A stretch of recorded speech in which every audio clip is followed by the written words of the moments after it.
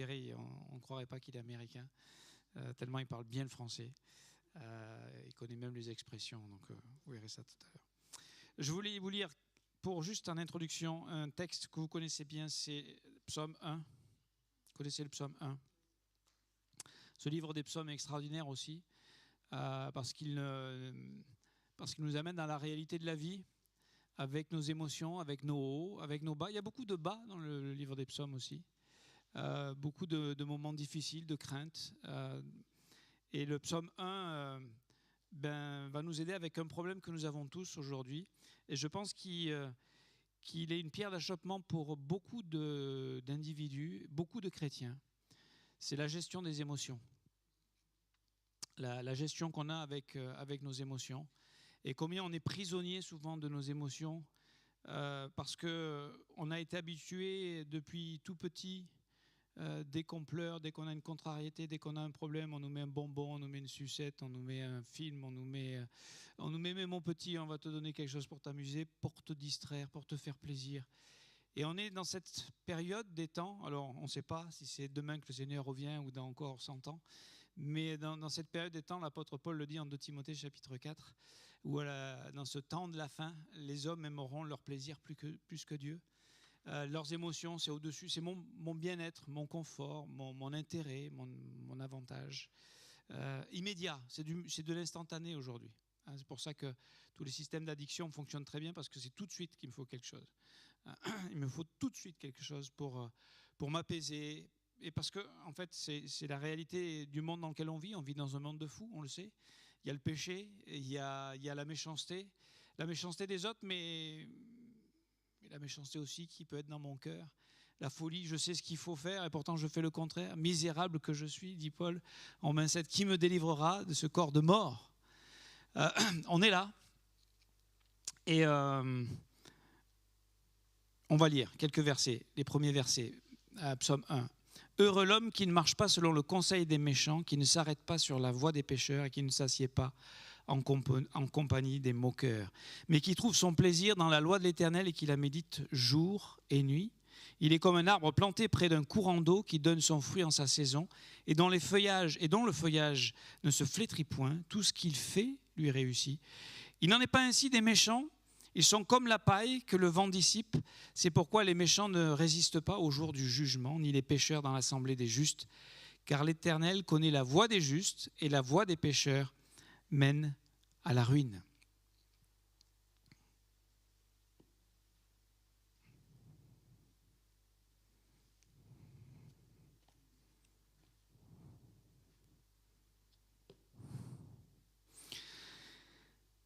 Seigneur, juste donne-nous, Seigneur, par ton Saint-Esprit, une pensée simple, claire, pour nous encourager dans cette vie, dans cette marche à laquelle tu nous invites,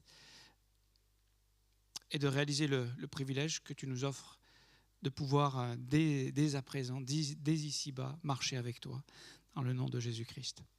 Amen. Notre marche, où est-ce qu'on va? Quelle est notre vision?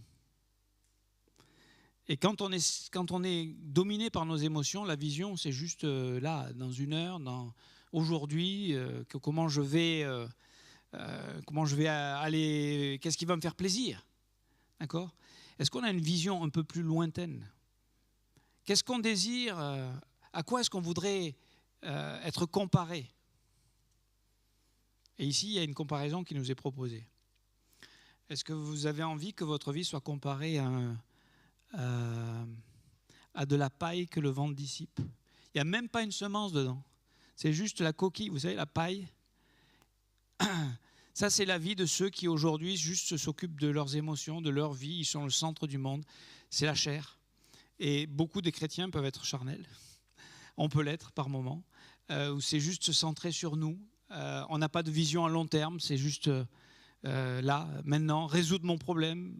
Et on trouve des solutions juste naturelles, juste humaines, juste dans nos pensées. Et il faut dire qu'on est dans un monde qui nous propose beaucoup de solutions. Beaucoup de moyens d'essayer d'apaiser nos craintes, de satisfaire nos émotions, mais de la mauvaise manière. C'est à travers des convoitises, à travers des passions, à travers des distractions, à travers des tas de choses. Et on est friand de ça, on est habitué à ça, on est dans ce monde qui vit comme ça. Donc on ne peut pas dire non, mais nous on est chrétiens, ça ne peut pas nous arriver. Vous êtes chrétien, mais vous pouvez être charnel. Et quelquefois ça m'arrive, trop souvent on est charnel, n'est-ce pas? Et on peut se laisser piéger par ce système qui nous entoure. Et à la fin du compte, qu'est-ce qu'on désire? Qu'est-ce qu'on recherche? Qu'est-ce que tous les êtres humains recherchent? Vous avez une idée? Qu'est-ce que vous recherchez? Ah, le bonheur, d'être heureux. Et bien là, ça commence par ça, le premier mot. Vous voulez être heureux? Vous voulez vraiment être heureux? Eh bien voilà, ça commence par ça. C'est étonnant, ça commence par quelque chose auquel il faut résister. N'est-ce pas? Heureux l'homme qui ne marche pas selon le conseil des méchants. C'est facile de suivre le flot, c'est facile d'être emporté par tout le monde le fait, pourquoi je ne le ferais pas? Alors je sais que je prêche à des chrétiens engagés, convaincus, donc on ne marche pas comme ça, on ne veut pas marcher comme ça, mais on sait qu'il y a cette pression qui peut nous emporter. Hein, et ici, dans ce premier verset, il y a comme une progression. On commence juste à marcher, hein, on commence juste à se poser des questions, à être avec des gens qui peut-être ont une autre façon de voir, d'autres façons de faire. Et le méchant, sur le moment, peut arriver à réussir. Il peut donner l'impression qu'il est joyeux, il peut donner l'impression qu'il n'a pas peur de rien, qu'il réussit. Mais c'est sur l'instant. Parce que là, on sait que sur la fin, quand un jour, c'est le psalmiste, hein, au psaume 73, qui se pose la question, il disait, mais je ne comprenais pas, on dirait que le méchant, il prospère plus que moi, lui, il n'écoute rien de Dieu, il n'a aucune crainte de Dieu, il fait que ce qu'il a envie, il a l'air de bien prospérer, il a un bon petit bidon, tout va bien pour lui.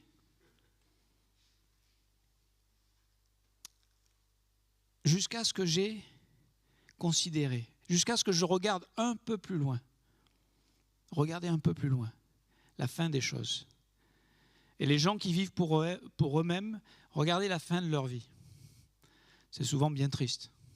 Plus d'amis, plus personne, ils ont usé toutes leurs cartes, ils ont consommé tout ce qu'ils pouvaient consommer, toutes les drogues qui étaient disponibles, ils ont tout fait et ils sont vides. Parce que cette proposition-là de marcher selon le conseil des méchants ne va jamais répondre aux vrais besoins du cœur. Ne va jamais satisfaire le besoin d'amour dont chacun d'entre nous, on est en recherche. Et on a besoin de ça. Et c'est qu'en Christ, qu'on trouve ces choses-là. Et donc, le conseil des méchants, le monde a beaucoup de choses à dire. Et il se croit intelligent, il se croit sage, parce qu'il a la technologie, parce qu'il a de son côté peut-être une forme d'intellectualisme, de grands mots savants, de grandes... Mais c'est vide derrière, n'est-ce pas? Et cette progression, c'est qu'on commence à marcher, puis après on commence à s'arrêter, puis finalement on s'assoit. On s'assoit, on s'arrête sur la voie des pécheurs, c'est-à-dire que peut-être que bon, on peut faire un peu les deux. Hein, on peut être un peu chrétien le dimanche et puis le reste de la semaine, on continue avec nos pensées, parce que c'est ça le problème, c'est comment on pense. Et c'est pour ça que la méditation de la parole de Dieu jour et nuit, c'est ça la clé. C'est pour ça qu'on est là ce soir, c'est pour ça qu'on veut s'encourager. Parce qu'avec qui c'est qui va nous influencer? Les mauvaises compagnies corrompent les bonnes mœurs, hein, en Corinthiens chapitre 15. Et aujourd'hui, le monde s'influence, le monde qui est méchant, qui est rebelle à Dieu, il influence les autres, il pousse les autres, il attire les autres. C'est comme ça que ça marche. Hein, et qu'est-ce qui va nous protéger de ça? Je crois que les bonnes compagnies. Vous savez pourquoi je pense que je suis là aujourd'hui? C'est bien sûr la grâce de Dieu. Évidemment, c'est aussi parce que j'ai eu des amis, des bons amis. Pas plus fort qu'un autre, pas meilleur qu'un autre, certainement pas. Mais quand j'ai vu la vie de certaines personnes, comme Pasteur Marc, entre autres, je dis, cette vie qu'il a avec Dieu, c'était pas un super... il n'était pas tout le temps fort, mais il était tout le temps attaché à Dieu. Et c'est ça que j'ai aimé.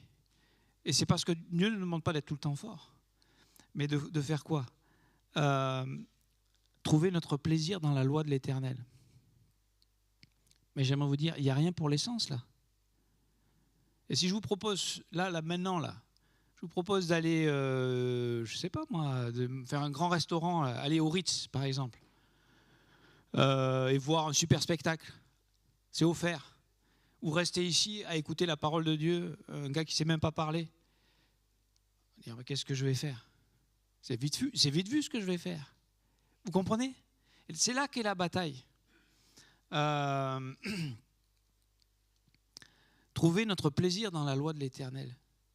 Et j'aimerais vous dire, et je suis heureux de voir des jeunes gens, et des moins jeunes aussi, mais l'église de Nîmes est un peu plus vieillissante, même s'il y a quelques aînés ici. Mais ce que je veux vous dire, c'est que comment on va faire pour trouver notre plaisir dans la loi de l'Éternel? Est-ce qu'on est arrivé au bout de nous-mêmes? Est-ce qu'on a compris qu'il n'y a personne d'autre que Jésus-Christ? Est-ce qu'on est comme Pierre? À qui d'autre irions-nous? C'est toi qui as les paroles de la vie éternelle. On le sait, mais est-ce qu'on est prêt maintenant à payer le prix? Est-ce qui sait faire du snow ici? Le snow, un petit peu? Ou le ski, c'est le même principe. Je vous montre. Imaginez une grande pente comme ça, là. On est en haut avec ses skis, donc en général, les skis sont perpendiculaires à la pente. Ok?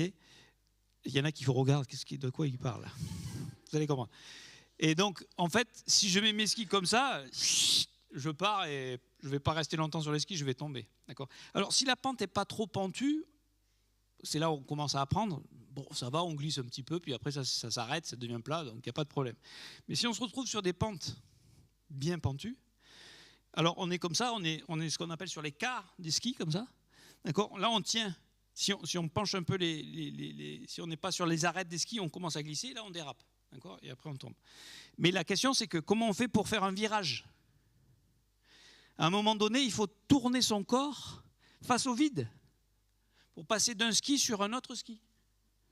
Et ce virage-là, ça se fait par la foi, ça se fait parce qu'on nous le dit, parce qu'on nous a montré l'exemple, mais il n'y a rien dans nos émotions, il n'y a rien en nous qui veut faire ce virage-là. C'est pareil pour ça, il n'y a rien en nous qui est attiré peut-être par la parole de Dieu, il n'y a rien dans la chair, il n'y a rien qui plaît, dans notre chair, il n'y a rien qui nous plaît.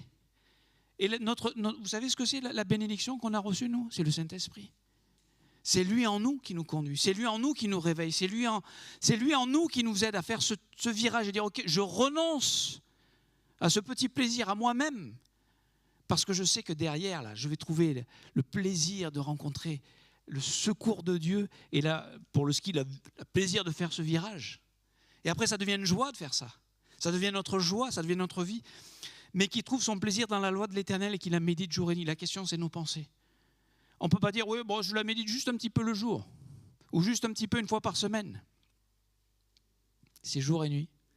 Est-ce qu'il y a quelque chose d'autre? Et ce monde veut nous faire croire, oui, non, mais c'est bien ça, mais il y a d'autres choses comme dans la vie. Pour satisfaire notre âme et nos pensées, il n'y a rien d'autre que la parole de Dieu. Il n'y a rien d'autre que la grâce de Dieu. Il n'y a rien d'autre que le Saint-Esprit.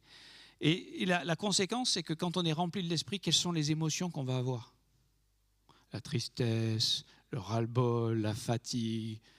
Non, ce n'est pas le fruit de l'Esprit, ça. C'est l'amour. C'est la joie. C'est la paix. C'est la douceur, c'est la bonté, c'est la fidélité. Ça, c'est quoi? C'est l'œuvre de Dieu en nous. Et donc, ce soir, je voulais juste vous encourager, nous encourager à oser continuer de croire Dieu et de ne pas marcher par la vue, par nos sens, mais de marcher parce que Dieu dit. Et même si je ne comprends pas, même si je me dis comment je vais y arriver, comment je peux tourner, comment je vais tomber. Peut-être tu tombes, mais il y en a un qui te ramasse. Et à un moment donné, tu y arrives. Tu dis, mais ça marche, mais c'est vrai, ça me remplit. Je trouve dans la parole une nourriture pour mon âme et une vision pour ma vie. Et si on n'a pas ça, on est toujours en train de se ramasser, remonter sur ses skis et se lamenter en disant mais ça ne marche pas ça. Mais si, ça marche, tout simplement. Que Dieu vous bénisse.